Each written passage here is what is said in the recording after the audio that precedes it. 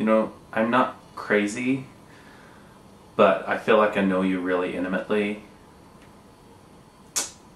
and you don't even know who I am. And, alright.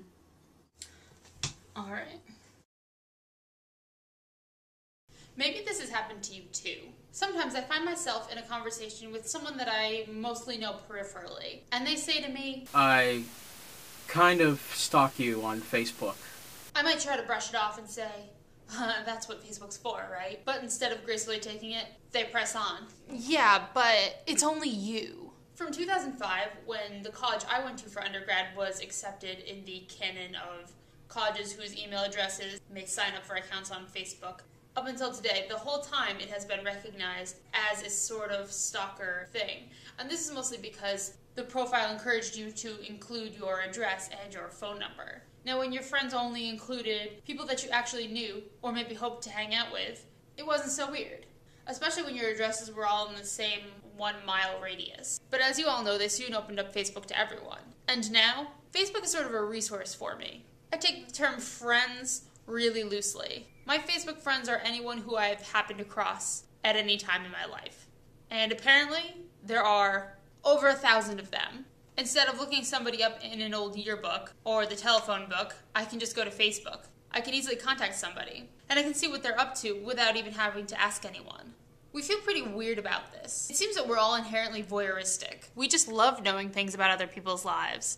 And Facebook provides us a great resource for doing this without having to own it. And then I guess it goes without saying that many of us are inherently exhibitionistic also, as we choose to share our lives. Look what a great time I was having then. Don't you wish you still knew me? The internet allows us to indulge our nosiness without recourse. And this, of course, feeds our nosiness. As I've seen in the comments of many YouTube videos, on-screen flirtation leads to a flurry of questions in the comments about coupledom. Of course, this has led to such great developments as Formspring, where you can anonymously ask someone a question, and of course the troll, who hides behind a username to harass others. What do we mean when we say we're stalking somebody? I'm stalking you.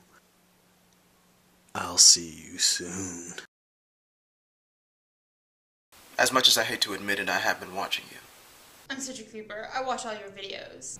You don't know this, but I watch you all the time. I'm sorry.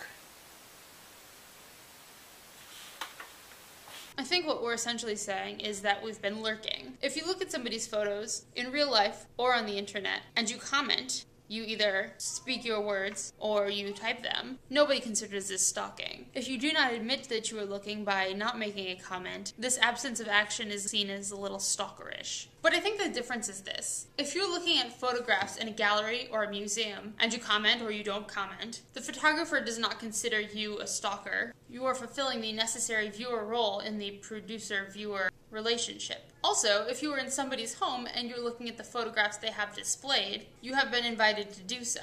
Of course, if they catch you looking, you always feel a little less awkward if you say, "Huh, was this you?" than if you don't say anything or pretend that you weren't looking. It only gets weird when you didn't have permission to see.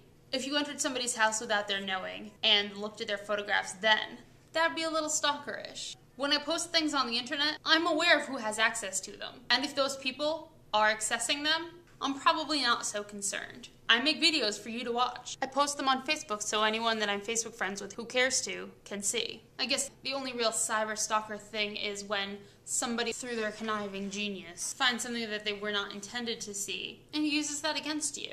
I know that cyber stalking is not going to stop, but if you're feeling weird about it, then just leave a comment. Unless you're too ashamed to admit your interest level in another human being.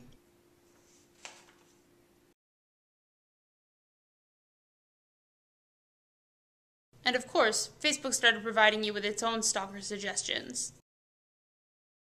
Well, maybe not so much. Maybe they actually wanted you to interact a little more with these people. But you've seen them, right? They're ridiculous. Your cousin's ex-best friend. Reconnect. That professor you're surprised is even on here. You haven't talked on Facebook lately. That guy who dumped you 3 years ago. Share the news.